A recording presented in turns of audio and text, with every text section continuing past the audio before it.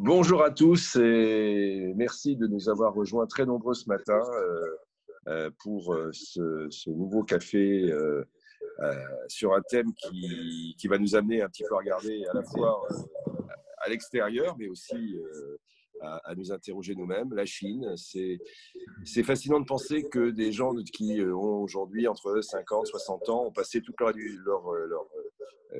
jeunesse et leur éducation à entendre parler de partage du monde entre les États-Unis et l'URSS, c'était comme ça qu'on disait.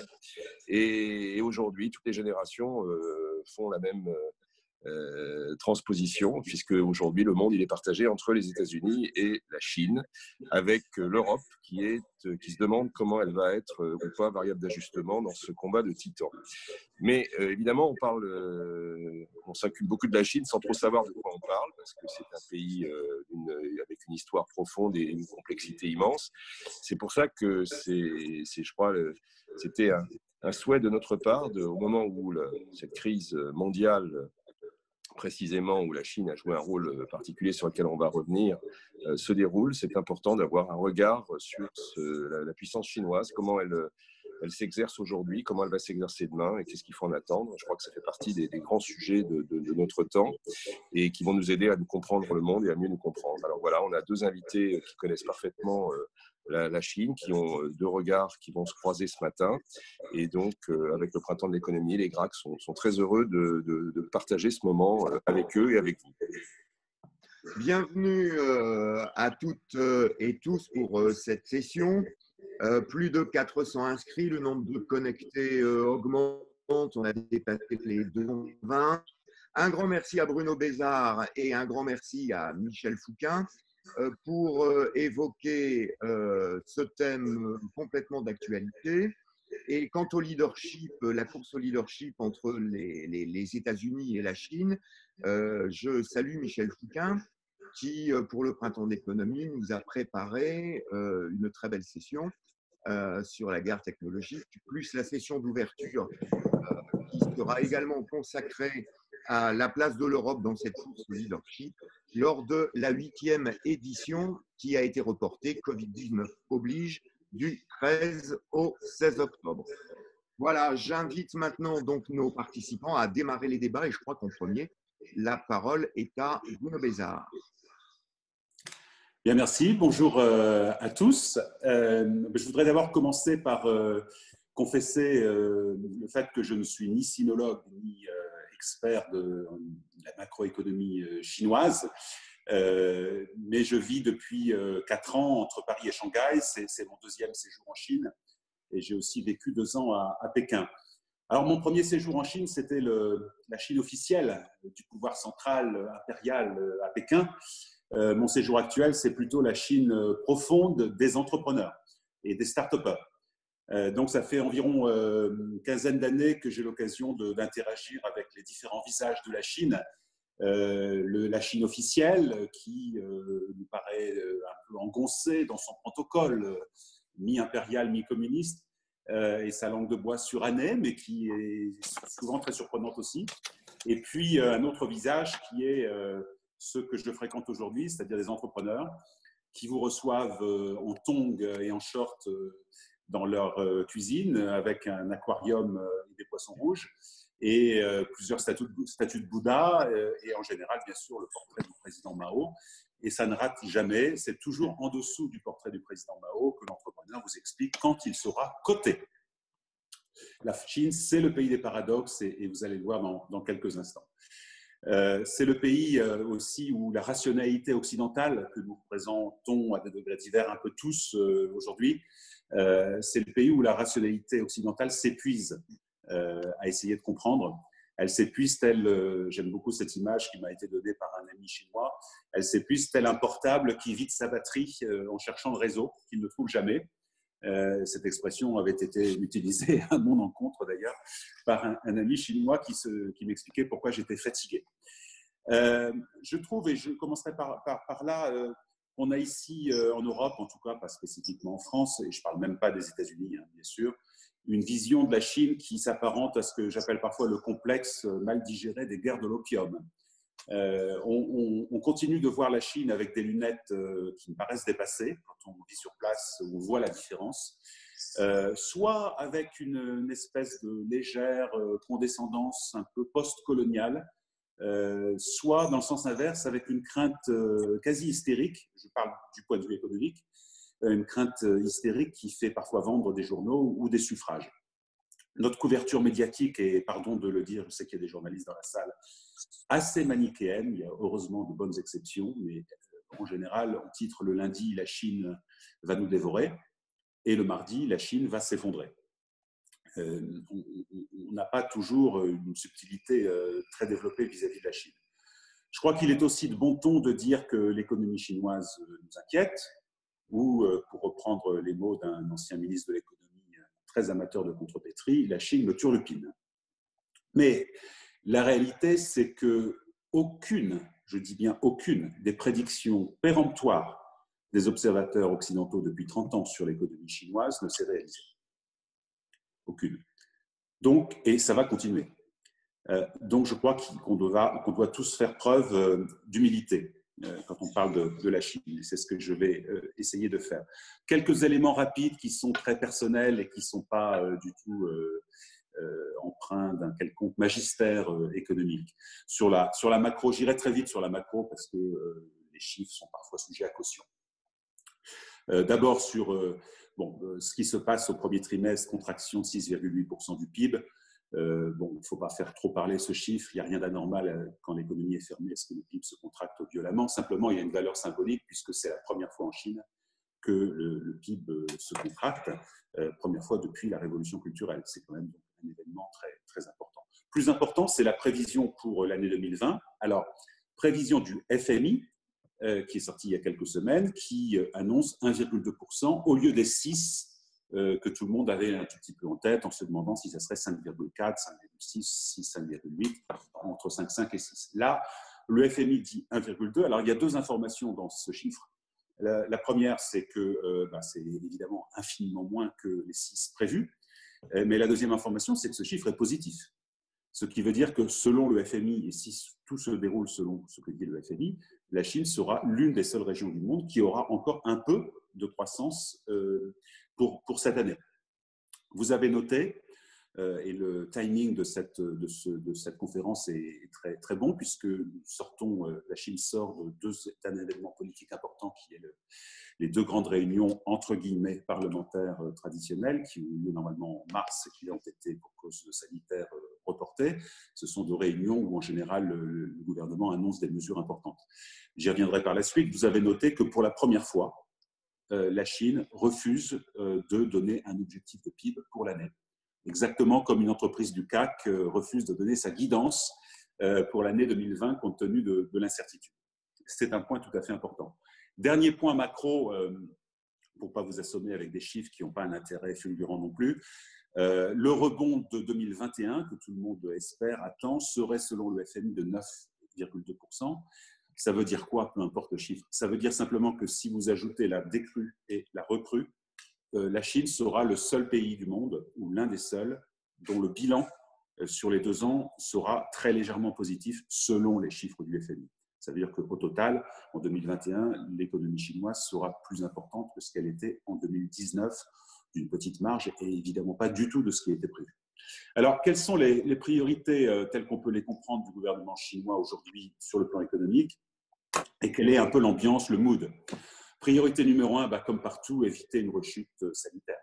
Vous avez vu qu'il y avait à nouveau quelques cas à Wuhan, qu'il y a quelques cas dans le nord du pays, en Mandchourie, et dans d'autres parties. Donc, il y a là aussi une forte crainte et des mesures draconiennes qui sont prises encore aujourd'hui.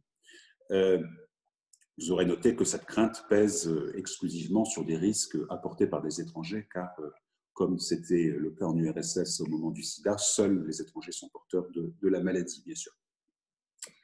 Deuxième priorité, ce qu'on appelle dans le jargon fleuri du parti, maintenir l'harmonie sociale, ce qui en français courant veut dire l'ordre public, et on le maintient en injectant du pouvoir d'achat, et en resserrant le contrôle déjà fort sur la population. Il ne faut pas oublier une réalité politique assez fondamentale, c'est que le régime fonde sa légitimité sur la progression du niveau de vie.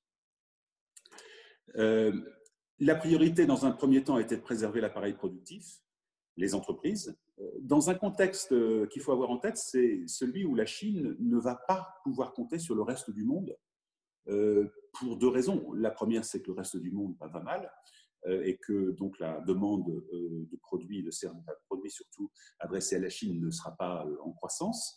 Et la deuxième raison, beaucoup plus fondamentale, c'est comme tout le monde le souhaitait, d'ailleurs, le monde entier, il y a eu des milliers de rapports du FMI dans ce sens, le modèle économique chinois s'est effectivement recentré sur lui-même avec une part de la consommation intérieure beaucoup plus importante que par le passé. Je me souviens quand j'étais en Chine pour la première fois dans des fonctions officielles en 2010, tout le monde ricanait en disant c'est pas vrai, le modèle de croissance chinoise va continuer à reposer sur les exportations et pas sur la consommation intérieure. Eh bien, ça a changé. Les exportations sont toujours extrêmement importantes, évidemment, mais la consommation intérieure a pris une part plus importante. On va voir d'ailleurs, je crois que c'est un premier message fort, et moi je le vois quand on discute avec des entrepreneurs, que le marché intérieur va être vraiment une priorité absolue de la Chine, au plan économique, au plan politique, dans les années qui viennent. C'était déjà, comme je viens de l'indiquer, un peu le cas avant, mais là, ça devient prédominant. Il y a des raisons économiques. Il y a des raisons économiques liées à l'offre qui se structure, des raisons économiques liées à la demande qui est extraordinaire avec une génération de nouveaux consommateurs qui a des exigences totalement différentes. Il y a des raisons géopolitiques que chacun connaît. Je pense que l'autonomie, je ne dis pas l'autarcie, je dis l'autonomie, l'indépendance technologique et la puissance du marché intérieur sont vraiment des clés pour comprendre la Chine des prochaines années. Bon, la consommation repart, pas encore très vite, les gens ont encore peur de sortir dans des endroits publics, ça dépend évidemment des endroits, ça dépend des secteurs, etc. On estime en général qu'on est à 80% du fonctionnement normal de l'économie. Ce chiffre, évidemment, subirait des variations extrêmement importantes d'une région à l'autre et d'un secteur économique à l'autre. Un point sur lequel j'attire votre attention, c'est ce confinement que les Chinois ont vécu comme nous tous, hein, ils s'en sont sortis avant nous. Ça a été le moment de la confirmation du sacre du digital. Vous savez que le digital est extrêmement puissant en Chine. C'est un pays cashless, hein, où on ne touche pas un billet et une pièce dans sa vie quotidienne. Tout se fait par paiement numérique, tout, y compris les donations dans les temples. Bouddha accepte WeChat. Et au-delà de cet exemple qui n'est pas anecdotique, le digital a pris une place en Chine extraordinaire dès avant le confinement, mais pendant le confinement, ça a été une consécration totale. Je vous donne juste un chiffre, je m'étais promis de ne pas vous assommer de chiffres. Alibaba, qui a sorti ses chiffres et ses comptes hier, c'est en termes de volume de transactions 3 fois Amazon, volume de transactions, ce qu'on appelle le GMV pour les spécialistes. Mais il y a aussi des concurrents très forts que j'ai eu l'occasion de connaître en Chine, Jingdong, Pinduoduo, dans lequel nous avons investi. Et Alibaba, pour ne prendre que ce cas, va investir dans le cloud dans les 3 prochaines années la modique somme de 28 milliards de dollars. Donc vous voyez l'importance des enjeux, l'importance du digital en Chine. Je voudrais aussi insister sur un point assez méconnu, je trouve, en France. La Chine est devenue une puissance d'innovation. L'atelier du monde, c'est fini depuis belle lurette, d'abord parce que les coûts de production sont élevés en Chine, aussi parce que la Chine, contrairement à ce que nous disions tous, soyons modestes, est devenue une puissance de création, innovation powerhouse. Les Silicon Valley, vous en avez partout en Chine, partout, dans toutes les grandes villes, avec une innovation, y compris en marketing, en création de marques, en création de nouveaux produits, en services, qui est assez stupéfiante. Les BATS, ce qu'on appelle les BATS, hein, c'est-à-dire les 4 grandes puissances digitales chinoises, sont d'un niveau de puissance très supérieur, je crois, aux GAFA, et pour de bonnes et de mauvaises raisons aussi, parce qu'ils sont protégés de la concurrence. Alors, quelles sont les mesures prises par le gouvernement pour sortir de la crise très rapidement? D'abord, on a déployé tous les outils de politique monétaire. Je n'y reviens face, ils sont connus, injection de cash, baisse des taux, baisse des réserves obligatoires. La difficulté quand même, c'est qu'en Chine, comme les spécialistes le savent, les banques financent très peu les PME. Donc, l'efficacité de ce canal de politique monétaire est relativement faible. Et c'est la raison pour laquelle les marchés de capitaux, d'ailleurs, fonctionnent assez bien. Ils sont risqués et très volatiles, mais c'est un mode de financement assez classique des PME et des ETI, beaucoup plus que dans des grands marchés comme l'Europe et les États-Unis. Des mesures budgétaires avec des allègements fiscaux, des incitations à la consommation, mais honnêtement, ce n'est pas massif à ce stade. Je pense que tout ceci va évoluer. Le gouvernement a des marges de manœuvre considérables, moins qu'avant, mais considérables, et est assez peu embarrassé par des dogmes économiques ou théoriques. Le seul dogme qui compte en Chine, c'est la primauté du parti. Tout le reste est tout à fait négociable. Et puis, soyez sûr que whatever it takes, ou quoi qu'il en coûte, ça se dit aussi en mandarin.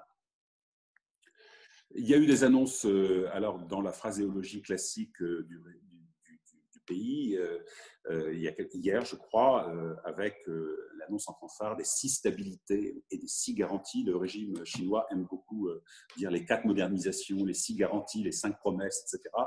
Bon, rien d'absolument fascinant, je vous les épargne. Les spécialistes, les gens qui sont intéressés le trouveront sur Internet très facilement. Quelques mots plus personnels de feeling. Moi, mon sentiment, c'est que la Chine a pris, comme tout le monde, j'allais dire, un coup sur la tête, mais un coup absolument massif.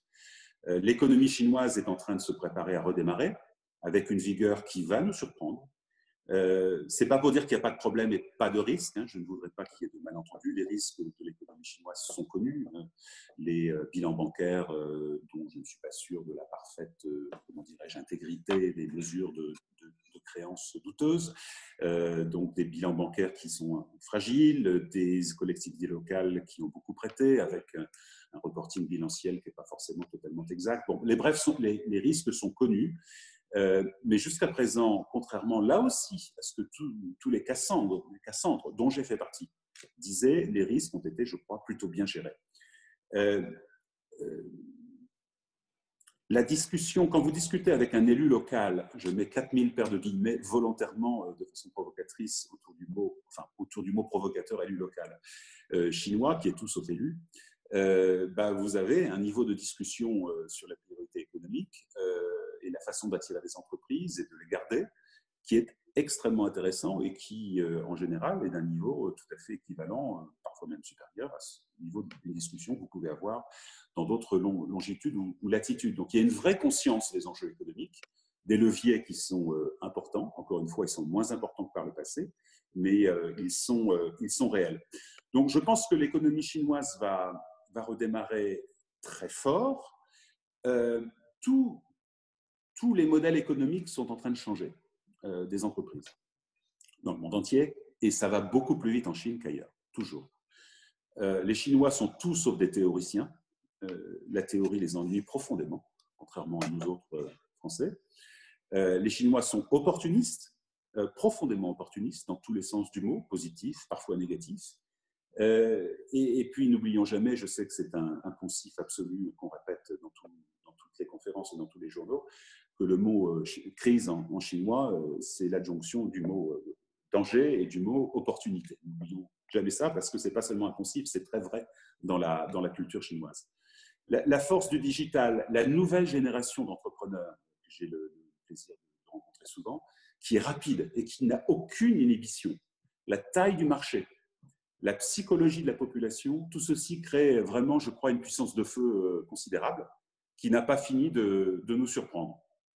Et puis, dernier point pour en terminer ici, comment dire, en Chine, on n'est pas vraiment dans l'introspection métaphysique. On n'est pas dans les colloques interminables sur le monde d'après. On n'est pas dans la douce torpeur de la neurasthénie. On n'est pas dans l'apologie de la décroissance ou de la démondialisation. Non, ce n'est pas vraiment ça.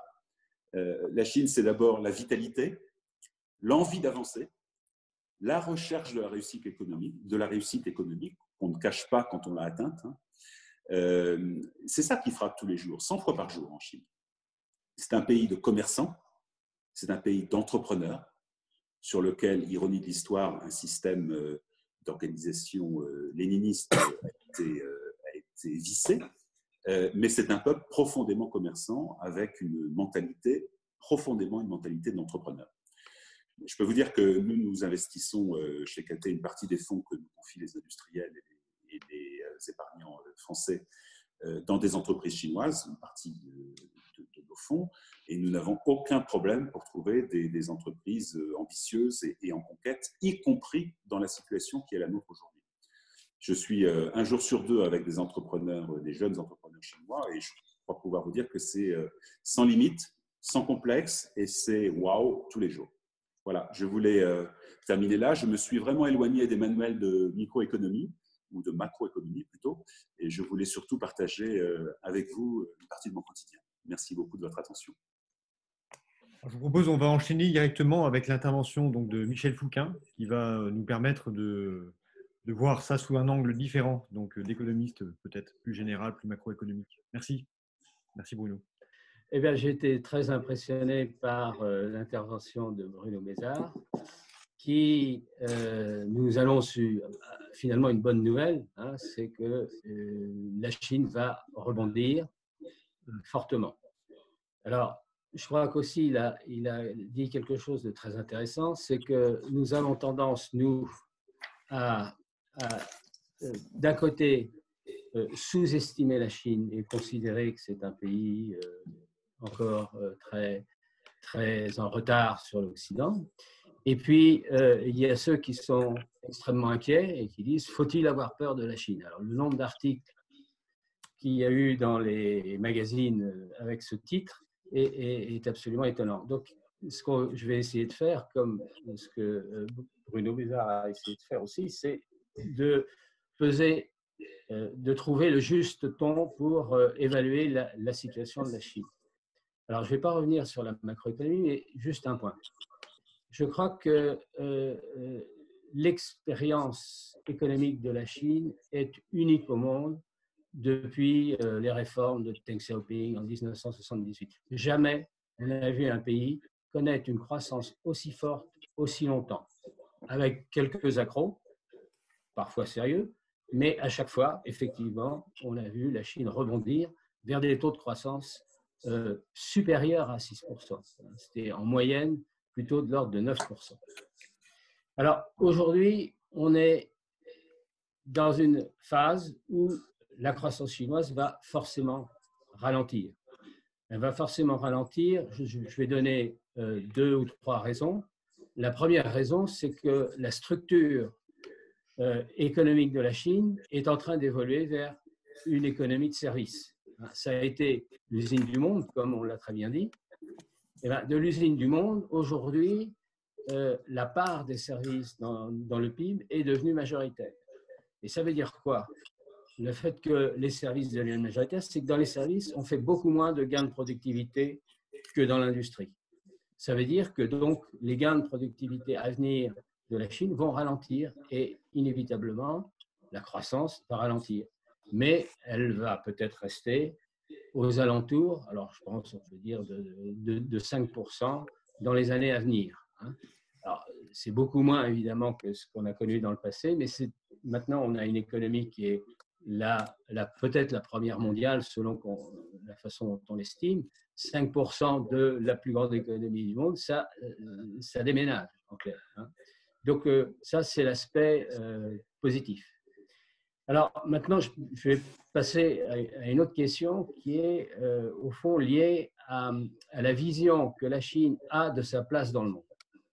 Et je dirais qu'elle est passée d'une attitude de très grande discrétion, ce qui lui avait été recommandé par Deng Xiaoping, soyez discret, faites-vous invisible, etc., etc. Depuis 2013, c'est terminé avec Xi Jinping. Maintenant, la Chine s'affirme, et s'affirme clairement comme un nouveau modèle pour le monde, face au modèle décadent de l'Occident. Donc, il y a sur le plan, je ne dirais pas idéologique, enfin socio-économique, etc., la Chine veut être pour les pays en développement un modèle et va faire en sorte de promouvoir son modèle. Alors, l'un des moyens qu'elle a choisi, par exemple, ça a été l'annonce du développement des routes de la soie. En 2013, la Chine a présenté un programme, on dit pharaonique, de création d'infrastructures qui permettent de connecter l'ensemble des pays du monde, et je dirais autour de la Chine. Les routes de la soie, ça part de Chine. Et donc, on a une vision du développement de la connectivité internationale soutenue par les grandes entreprises de construction du bâtiment chinoises qui vont développer ici des autoroutes, qui vont développer des transports ferroviaires, transports maritimes, etc., etc. Donc, c'est un projet qui a été qualifié par certains de pharaonique. Ce n'est pas le seul cas. Je dirais que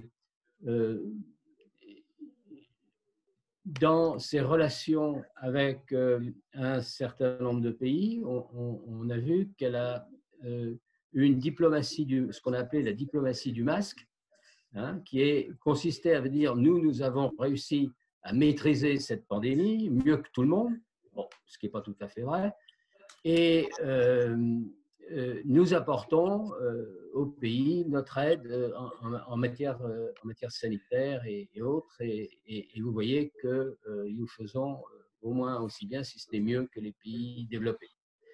Voilà, donc il y a un changement d'attitude de la Chine qui est très fort. Face à ça, on a une réaction qui devient de plus en plus violente, je dirais, des États-Unis. Je prendrai deux exemples qui sont intervenus au mois d'avril et au mois de mai. C'est-à-dire en pleine pandémie, que font les États-Unis, que fait le président américain? Il décide que un certain nombre d'entreprises qui voudraient travailler aux États-Unis, notamment dans le secteur des télécoms, vont être bannies. Là, il ne s'agit plus de conflit commercial, il ne s'agit plus de mettre des tarifs douaniers dont vous avez entendu parler, les tarifs sur les produits chinois. Il s'agit cette fois-ci d'interdire à un certain nombre d'entreprises chinoises d'être actives aux États-Unis. Comme c'est des secteurs de haute technologie, c'est important. Et l'interdiction que les États-Unis tentent d'imposer, ils tentent de l'imposer aussi à d'autres pays. C'est-à-dire qu'il y a une sorte de tentative d'extraterritorialité, excusez-moi, des règles de contrôle des échanges de la part des États-Unis. En clair, une entreprise, par exemple, de machines-outils suisse, qui emploierait un logiciel d'origine américaine, considéré comme stratégique par l'administration américaine, ne pourrait plus vendre sa machine en Chine. Donc, il y a un ensemble de mesures prises par les États-Unis qui visent à tenter d'empêcher la Chine d'accéder à des positions en matière de haute technologie, des positions stratégiques en matière de haute technologie. Et ça, je répète, ça s'est passé en pleine pandémie. Et pendant la pandémie, Donald Trump a déclaré que le virus en question, c'était un virus chinois, ce qui était une façon extrêmement agressive de s'adresser à ce pays. Alors, face à cet environnement international qui va devenir difficile pour la Chine, parce que les marchés des pays développés, c'est quand même essentiel, important pour le développement de la Chine. On a deux visions là-dessus. La vision pessimiste, c'est-à-dire la Chine, c'est sûr, elle a été capable de faire preuve d'innovation dans un certain nombre de cas. Bon, la 5G, c'est l'exemple où on a vu Huawei prendre tout le monde de vitesse et être le premier producteur de matériel de télécommunication à proposer la 5G, alors qu'il n'y a pas un seul Américain Et en Europe, on a Ericsson et Nokia, mais qui, sur ce plan-là, représentent à peu près la moitié de ce qu'est Huawei en matière de télécommunications. Donc, on a vu que la Chine est capable d'être à l'avant-garde de l'innovation technologique. Mais peut-elle poursuivre ces progrès si la source en matière de savoir-faire, en matière de logiciels, en matière de technologie, qui était jusqu'à présent très largement américaine ou occidentale, est coupée? Est-ce qu'il n'y a pas… Alors, l'autre aspect, c'est de dire que la Chine a les moyens de surmonter ces embargos, ces sortes d'embargos, et elle a les moyens financiers, elle a les moyens humains, et donc elle va pouvoir compléter son appareil industriel dans les domaines où elle était dépendante des États-Unis et de l'Occident d'une manière plus générale. Mais le problème, c'est que ça va coûter très cher. Je veux dire, dans le domaine de la haute technologie, un certain nombre de chercheurs ont dit les progrès que la Chine a encore à faire dans ce domaine sont encore considérables. Le gap est encore là. Il y a l'exemple de Huawei qui a été une déflagration, si on peut dire, dans l'état d'esprit des stratèges américains, mais dans un tas d'autres secteurs, la Chine n'est pas encore l'avant-garde. Il ne faut pas oublier qu'en termes de classement international, le niveau de vie de la Chine, c'est encore un niveau de vie de pays en développement. C'est encore un pays en développement. C'est une partie de la Chine. La Chine, on a dit, elle est complexe. Elle a à la fois ces énormes sociétés qui sont les BATX, comme on a dit, qui font concurrence aux GAFA. Ça, c'est la Chine moderne, la Chine qui avance, la Chine qui innove. Et puis, il y a encore beaucoup de paysans, il y a encore beaucoup de secteurs qui sont très proches de la pauvreté. Il y a encore une pauvreté en Chine qui subsiste. C'est d'ailleurs un des objectifs à venir du gouvernement chinois. Voilà. Dernier point, le risque que font peser les États-Unis sur la Chine en matière technologique notamment, amène un certain nombre de pays à revoir leur stratégie d'investissement international. Avant, tout le monde se précipitait en Chine, puis on s'est aperçu que la Chine, c'est difficile quand même. Il y a des gens qui ont une très belle réussite en Chine. Hier, on a vu le patron de Danone expliquer ce qu'il allait faire en Chine. C'est absolument considérable. Donc, il y a encore effectivement des investisseurs qui vont continuer à aller en Chine. Mais, par exemple, un pays comme le Japon, un pays comme la Corée, qui sont en conflit avec la Chine pour des questions d'îles, etc., se méfient d'une trop grande dépendance à l'égard du marché chinois et envisagent d'aller investir ailleurs. Ils ont déjà commencé fortement à aller au Vietnam, mais le Vietnam, c'est quand même assez petit. Et aujourd'hui, il y a l'Inde qui aimerait bien attirer un certain nombre de capitaux des pays développés au détriment de la Chine. Donc, on a cet élément-là qui peut aussi ralentir les progrès de la Chine vers la société high-tech qu'elle imagine pouvoir être dans quelques années. Voilà, en quelques mots, ce que j'avais envie de dire sur la situation internationale de la Chine. Merci. Tout de suite, j'en profite pour poser une première question qui peut s'adresser autant à Bruno qu'à Michel, mais peut-être à Bruno, c'était pendant son intervention. Bruno a parlé du fait qu'il y avait que la Chine avait développé un marché intérieur important. Est-ce que la Chine compte seulement sur son marché intérieur pour la relance? Et est-ce qu'on peut dire que le grand projet Une ceinture, une route a aussi un objectif en fait de contribuer à cette relance-là? Et ce projet, une ceinture, une route, qu'on appelle parfois les nouvelles routes de la soie, qu'est-ce qu'il traduit? Est-ce qu'il traduit une volonté impérialiste ou une volonté d'indépendance et de sécurisation de l'approvisionnement? Bruno, peut-être. Ouais. Vaste question. Comme je voulais aller vite, je suis allé peut-être de façon un peu caricaturale. Je précise certains points. Évidemment, la Chine continue à dépendre considérablement des exportations.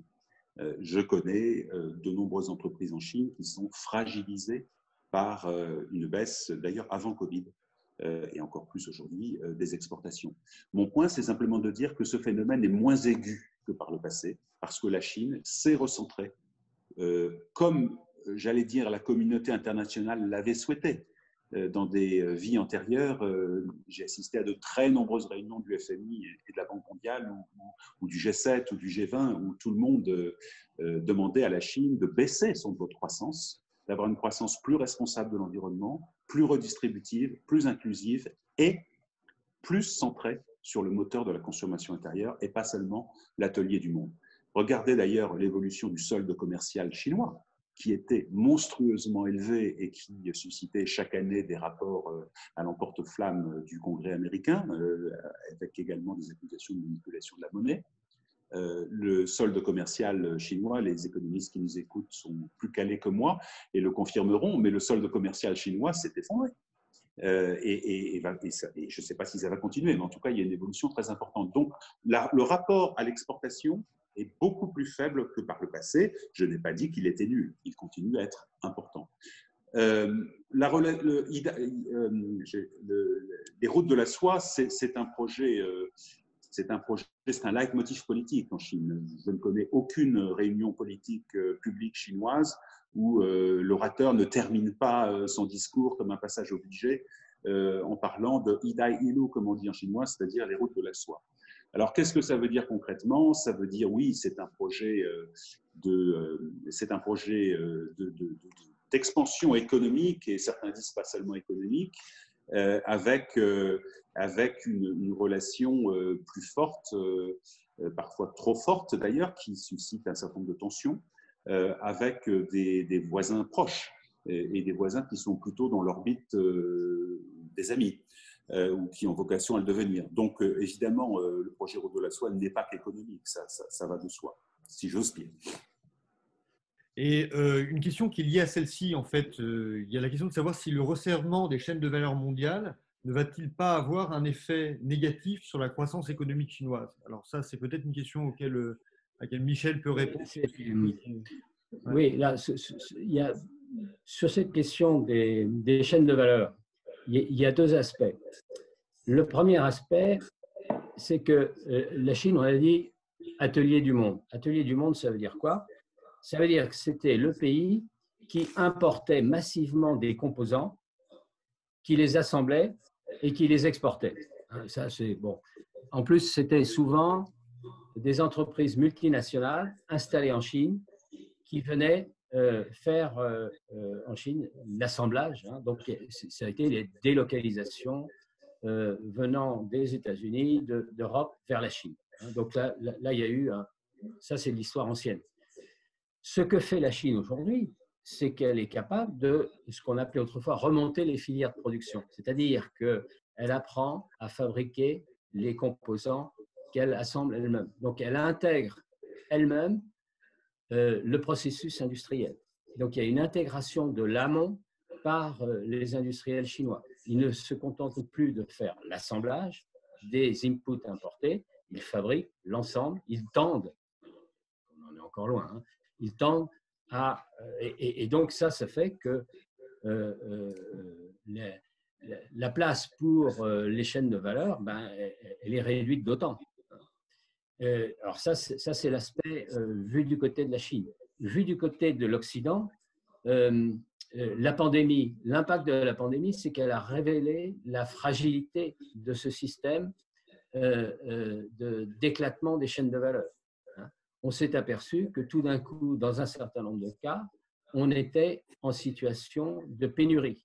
Alors, je ne citerai pas les masques, mais il y a aussi un certain nombre de produits de santé qui sont aujourd'hui indispensables et dont l'approvisionnement est mis en danger par la pandémie. Et donc, il y a une réflexion qui va avoir lieu dans tous les pays développés, c'est d'assurer dans un certain nombre de secteurs dits stratégiques, alors il faut savoir ce que c'est qu'un secteur stratégique, l'autonomie, l'autosuffisance des pays développés. Donc ça va dans le sens d'une réduction des chaînes de valeur au profit de la réintégration, on va dire, de relocalisation dans un certain nombre de cas, de certaines productions. Il y a des questions, je reste sur les questions extérieures, puis après on passera peut-être sur les questions sur l'économie intérieure, l'épargne, etc. Donc j'ai bien noté toutes les questions. Il y a une question qui vient d'arriver d'ailleurs qui rebondit un peu sur les propos de Michel. Quelle réponse peut avoir la Chine face à l'agressivité américaine de l'administration Trump? Est-ce qu'elle va chercher d'autres alliés? Est-ce qu'elle va chercher d'autres marchés? Et dans cette configuration géopolitique, quelle pourrait être la place pour l'Europe? Quelle place pour l'Europe dans ce match qu'on a l'impression entre d'un côté la Chine et les États-Unis? Ça, c'est une question plutôt pour Michel, je pense. Alors, on a un problème.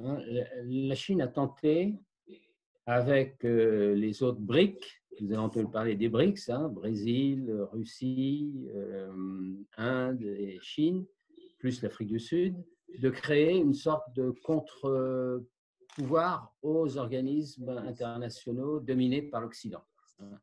Donc, le problème des BRICS, des éventuels alliés de la Chine, c'est qu'ils ont forcément parfois des intérêts divergents.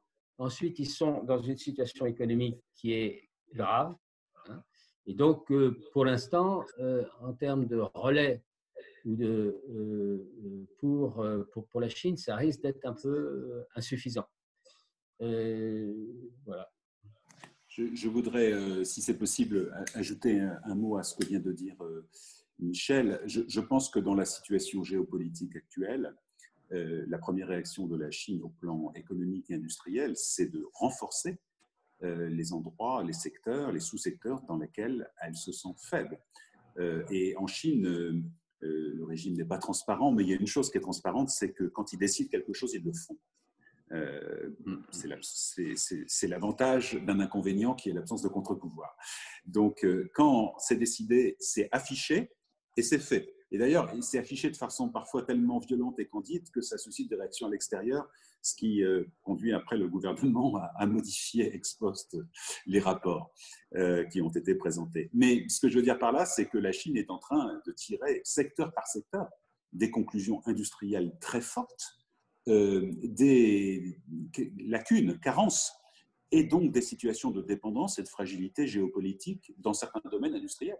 Et une fois que c'est analysé par je ne sais combien de think tanks, tous proches du gouvernement, ça va de soi, les décisions sont prises, et alors là, ça déroule complètement, et tout le pays se met en ordre de marche pour exécuter ces mots d'ordre. La deuxième remarque que je voulais faire, c'est que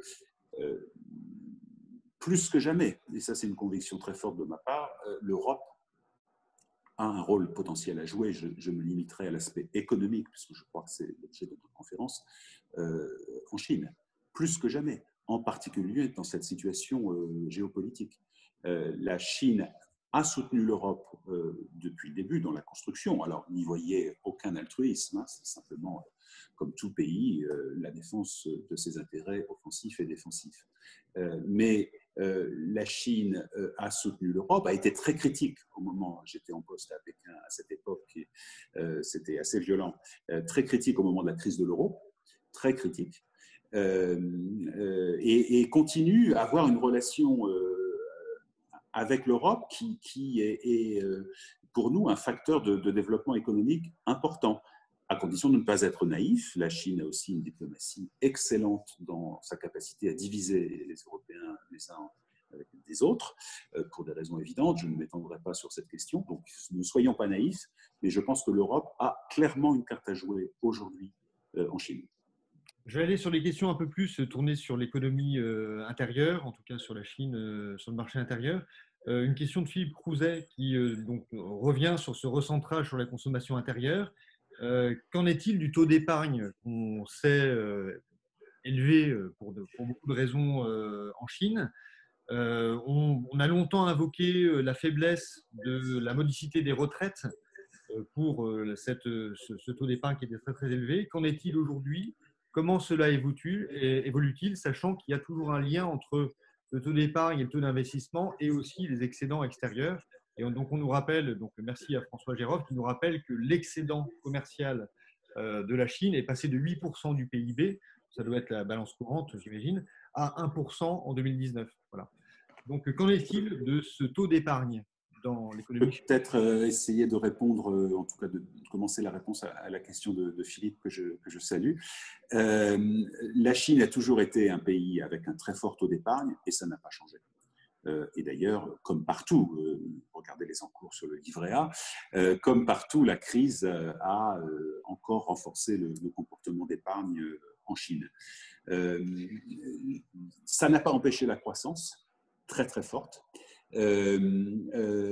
L'épargne en Chine est aussi placée et investie de façon différente de ce qui se passe dans les pays occidentaux. Les épargnants chinois se sont fait, si vous me permettez cette expression, tondre par le système bancaire pendant des années. Hein, je crois que ça s'appelle dans le langage feutré des économistes la répression financière, n'est-ce pas? Donc la répression financière a bien eu lieu en Chine et on cherchait d'autres modes de placement. Alors parfois, à leur risque et péril. Vous avez peut-être vu que le système des plateformes peer-to-peer en Chine a été marqué par une succession de scandales extrêmement violents, extrêmement, avec des réactions extrêmement violentes. D'ailleurs, la seule manifestation dont j'ai entendu parler en Chine depuis ces 10 dernières années, c'est une manifestation d'épargnants devant l'ACPR locale, donc l'organisme de régulation prudentielle du monde bancaire et assurantiel, puisque des plateformes de financement peer-to-peer étaient en fait des pyramides de Ponzi sympathiques. Donc l'épargne reste très importante. Bien sûr, tous les économistes le savent, c'est un frein, comme le vieillissement, je crois qu'il y avait une question, de la population au développement économique. Ça m'amène à un dernier point sur l'aspect économique. Je voudrais qu'on ne se méprenne pas. J'ai dit la Chine va reprendre très fortement et va nous surprendre, mais elle va reprendre très fortement sur un chemin qui était, et on le souhaitait, et c'était prévu, un chemin de baisse de son taux de croissance. On n'est plus à 10, on n'est plus à 6, et comme l'a dit Michel, on sera probablement autour de 5 ou 4,5, peu importe la précision dans les chiffres. Donc, ne confondons pas le choc de court terme et la tendance de moyen terme. La tendance de moyen terme, c'est une croissance puissante, mais plus faible. Mais juste un chiffre, j'ai eu l'occasion, là aussi dans une vie antérieure, de discuter de cette question avec un ministre des Finances chinois à qui je disais, bah oui, ça baisse chez vous, là, dans un G20, ça baisse chez vous le taux de croissance, comment faire, etc. Et il m'a dit, je vais vous faire un petit calcul. Vous prenez, c'était en 2012, donc les chiffres ont beaucoup changé. Vous prenez, allez, on va dire 3 ans de croissance de la Chine, non plus à 10, non plus à 8, non plus à 7, mais à 5%, supposons-le. À l'époque, c'était totalement tabou d'envisager 5, on était encore à 7, mais mettons 5. Vous partez du PIB de la Chine en stock, alors je vais le prendre aujourd'hui, 2019, hein, même si la scène se passe avant, 5% pendant 3 ans. Vous faites le calcul, c'est très simple. Vous atteignez un delta d'activité économique, de création de valeur, qui, à l'époque où cette anecdote a eu lieu, était équivalent au PIB du Portugal. J'ai refait le calcul tout à l'heure, on est équivalent au PIB de l'Espagne en 3 ans. C'est-à-dire qu'en 3 ans de croissance ralentie, la Chine crée un delta de PIB, qui est le PIB de l'Espagne. Et si vous poussez les 3 ans à 4 ans et demi, c'est en gros le PIB de la France. Donc, ayons ces ordres de grandeur en tête. Je voudrais préciser un point sur le commerce là. Je crois qu'à l'heure actuelle, il est exact que la balance des opérations courantes, l'excédent courant chinois est aux alentours de 1%. Donc, il est presque à l'équilibre. Donc, là, normalement, il n'y a plus de problème. Mais en fait, si on décompose cette balance des opérations courantes, on va s'apercevoir que le rééquilibre de la balance chinoise a été obtenu en 2019, ces dernières années, grâce à un développement fantastique du tourisme chinois. Il il y a quelque chose comme l'année dernière, je crois, en 2019, 250 millions de Chinois qui sont allés à l'étranger. Imaginez ce que ça a été pour la Corée du Sud qui les a accueillis, pour le Japon, et puis à Paris, tout le monde l'a vu, hein, il y a eu une vague tout à fait intéressante pour les pays destinataires de touristes chinois qui a permis de diminuer drastiquement l'excédent courant chinois qui faisait l'objet de nombreuses critiques. Et ça veut dire aussi qu'en termes commerciaux, l'excédent commercial chinois reste élevé. Et si l'on regarde plus particulièrement la balance Chine-États-Unis, pour l'instant, mois après mois, on s'aperçoit qu'il n'y a aucun rééquilibre. Et malgré les engagements chinois d'acheter pour je ne sais plus combien de milliards de produits américains en supplément, au détriment du reste du monde, d'ailleurs entre nous soit dit, cet accord, on voit bien que l'excédent commercial, il ne va pas disparaître du jour au lendemain. Alors, le problème du tourisme chinois, c'est que ça a un impact négatif sur le reste du monde, bien sûr. Parce que, évidemment, en période de pandémie, plus personne ne sort de Chine. Pour rester sur l'économie intérieure, donc il y a cette tendance au développement des services que pointait Michel, donc qui devrait normalement, enfin on sait que les services sont des secteurs normalement à plus faible gain de productivité, donc ils devraient ralentir la croissance. Mais est-ce qu'en parallèle, il n'y a pas une remontée dans les chaînes de valeur d'un point de vue industriel qui pourrait compenser cet effet-là? La remontée dans les chaînes de valeur industrielles en Chine, c'est une réalité totale.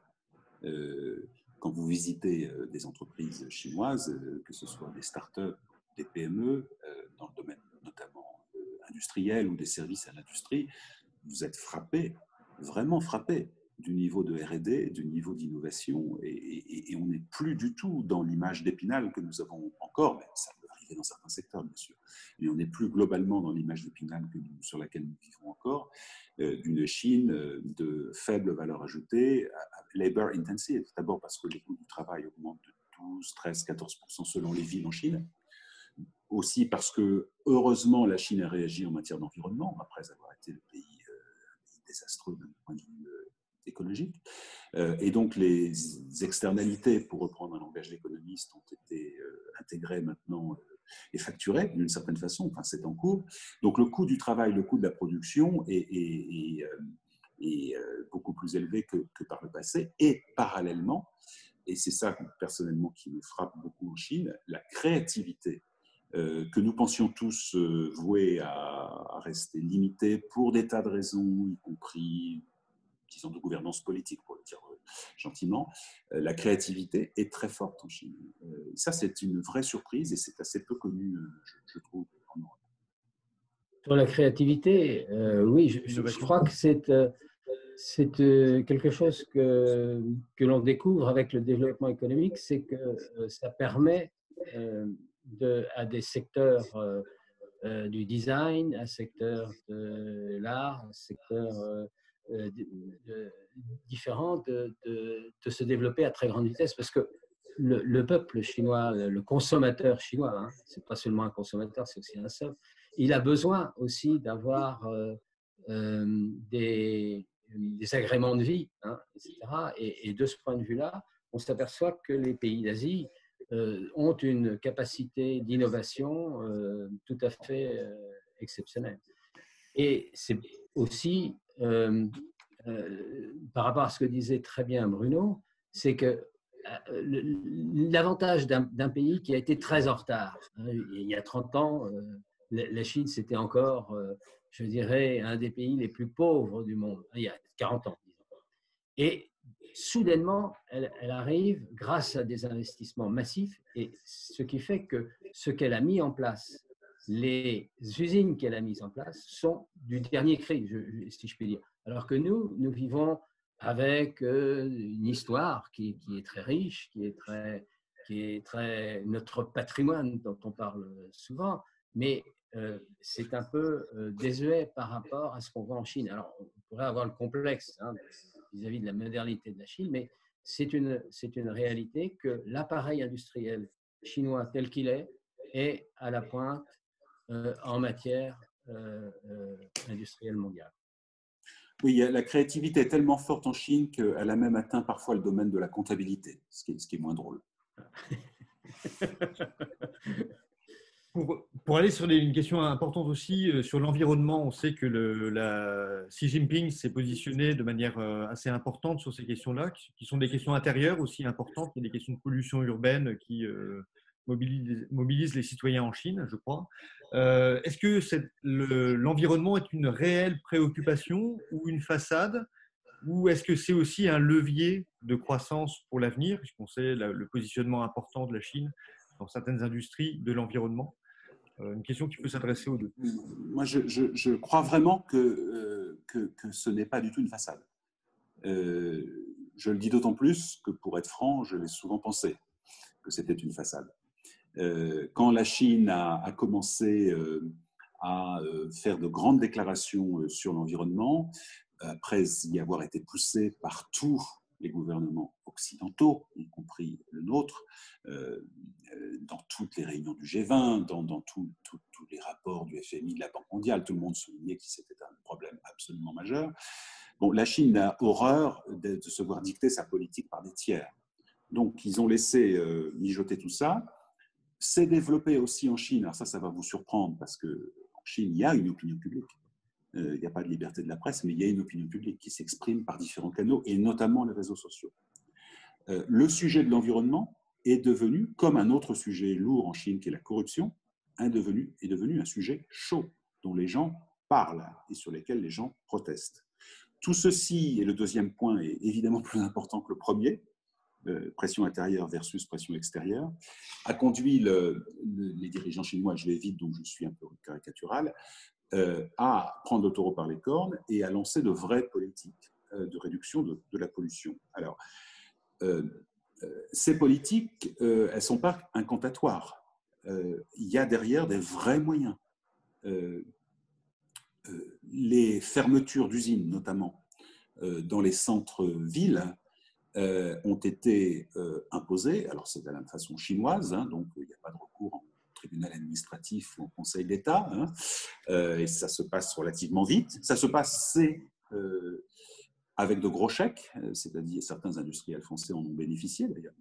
Le gouvernement payait les entreprises pour fermer les sites qui étaient trop proches des zones de population et les implanter ailleurs, avec une politique d'incitation financière extrêmement forte. Je pense que les incitations sont moins fortes maintenant, mais les incitations politiques sont très fortes. Donc il y a eu beaucoup de choses qui ont été faites. Objectivement, je ne sais pas s'il y a des Français résidant à Pékin qui nous écoutent. Moi, j'ai résidé à Pékin.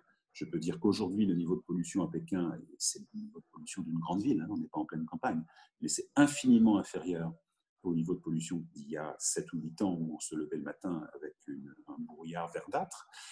Même les Français, qui ne sont pas le peuple le moins protestataire du monde, même les Français qui habitent à Pékin reconnaissent qu'il y a moins de pollution que par le passé. Ça ne veut pas dire que c'est propre, hein, mais ça veut dire qu'il y en a moins, et les indices ppm qui étaient soigneusement cachés par le gouvernement sont maintenant affichés, là parce que tous les Occidentaux les diffusaient sous le manteau, en fait. Les indices ppm, c'est une mesure de taux de particules fines. Shanghai reste pollué, plus que Pékin, je trouve, maintenant. Donc, tout ça pour dire qu'il y a eu des efforts très importants qui ont été faits. Ça ne veut pas dire que c'est fini, parce que on part de très, très, très, très loin. Hein.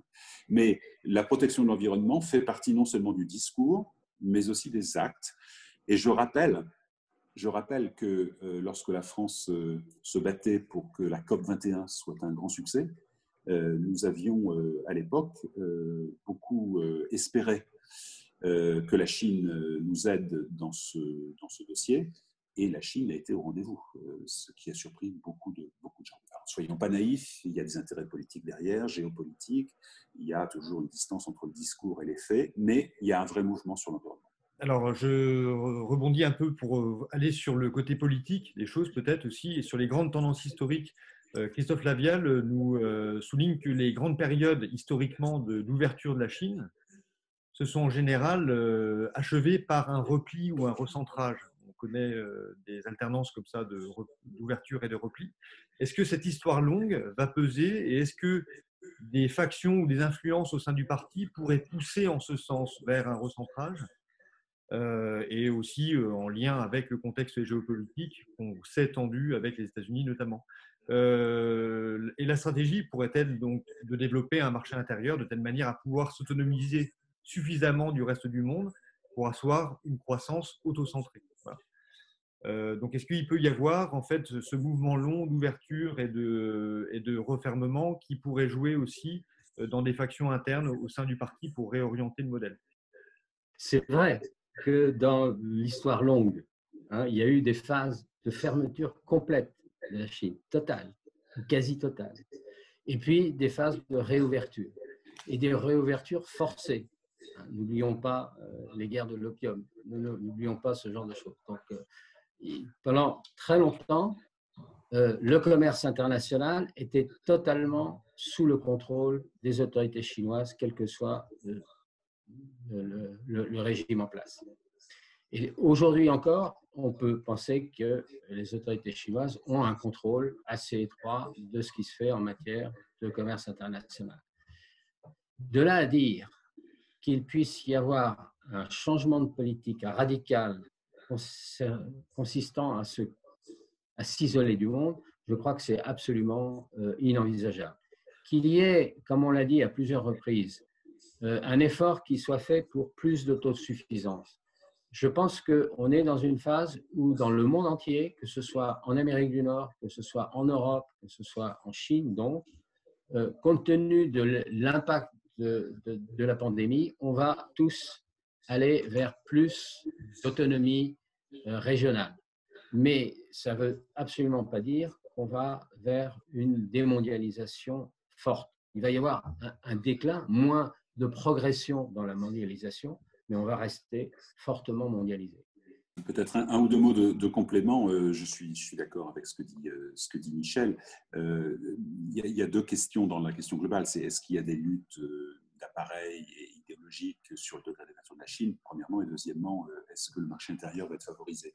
Sur le premier sujet, c'est très difficile à savoir, mais d'après ce qu'on croit comprendre, effectivement, mais c'est classique, il y a différents points de vue sur le degré d'ouverture de la Chine, sur, par exemple, sujet que j'ai eu l'occasion de connaître, le degré de réforme ou non des entreprises publiques en Chine, dont on parle depuis des années. Il y a effectivement différents camps, d'après ce qu'on peut comprendre des débats à l'intérieur du parti. Ok. Est-ce que il va y avoir une refermeture? Je ne crois pas du tout. Mais il est vrai que, je l'ai dit tout à l'heure, que le marché intérieur, pour des tas de raisons qu'on n'a pas le temps de développer, mais qui sont très intéressantes, devient une priorité absolue de la Chine. D'abord parce que, n'oubliez pas que 400 millions ou 300 millions de gens sont sortis de la pauvreté ces 20 dernières années. Et ce sont des consommateurs qui ont de nouveaux besoins et de nouvelles exigences. Avec aussi une offre qui a considérablement évolué. On parle, je crois, aujourd'hui beaucoup en France d'automobile. Donc, pour prendre l'exemple de ce secteur, il y a 10 ans, aucun de mes amis chinois ayant un certain niveau de revenus n'aurait imaginé acheter une voiture chinoise. Maintenant, soit ils n'achètent pas de voiture, soit ils achètent une voiture et, hélas pour nous, elle sera plutôt chinoise. Voyez-y du nationalisme économique, voyez-y aussi un rattrapage du niveau de qualité et de design, il y a probablement les deux. Donc oui, moi je ne sais pas faire une grande perspective historique, j'en sais strictement rien. Je pense que la Chine a bénéficié de la mondialisation fortement, et elle en est très consciente. Et ça va continuer. N'oubliez pas aussi qu'une partie très importante des bons du Trésor sont détenus par la Banque centrale, des bons du Trésor américains et européens, au sens pays membres, puisque nous n'avons pas encore, hélas, de bons du Trésor européen, sont détenus par la Banque centrale chinoise. Le chiffre est un secret d'État absolu, mais enfin, ce sont des montants très importants. N'oubliez pas aussi, on parlait des tensions géopolitiques, on a mentionné Hong Kong, on peut mentionner Taïwan. Les premiers investisseurs en Chine, c'est les Taïwanais. Eh bien, écoutez, on n'a pas évidemment couvert tous les champs, mais je crois que cette plongée a permis de remettre un certain nombre de choses en place. Il y aurait beaucoup d'autres questions à poser. Évidemment, le débat va se poursuivre. En tout cas, d'abord, un mot de remerciement bien sûr, pour nos deux intervenants. Et l'évidence que c'est utile par moment de lever la tête et de regarder ailleurs que chez nous pour mieux comprendre le monde qui nous entoure et ce qui va se passer. On n'a pas tellement parlé de la France. On a parlé de l'Europe? On n'a pas évoqué quel était le regard que les Chinois avaient sur la France en particulier. Peut-être sera l'occasion d'une autre discussion, puisque nos invités le vivent au quotidien. En tout cas, voilà, je donne rendez-vous pour notre prochain débat, et pour tous ceux qui voudront revenir sur ce qui s'est dit, ils pourront aller sur le site et réécouter ou relire les interventions de ce matin. Merci en tout cas, on a été très très nombreux, je crois, et ça fait plaisir de voir qu'il y a cet intérêt partagé pour le monde, le vaste monde. On vous donne rendez-vous donc jeudi prochain. On a un rendez-vous justement sur les délocalisations et relocalisations avec Helmut Mood. Voilà, donc qui peut prolonger aussi cette session, puisqu'il sera question forcément de la Chine aussi. Voilà, en tout cas, bravo, merci au GRAC aussi pour avoir co-organisé avec nous cet événement. Et donc, on vous dit à très bientôt. Vous retrouverez cette vidéo en ligne avec également quelques articles, éventuellement des intervenants ou autres articles. Voilà. Merci Bruno, merci Michel pour la qualité de vos interventions. Merci. Et puis rendez-vous futur pour de nouveaux propos pour compléter ce qui a été dit aujourd'hui. Merci beaucoup.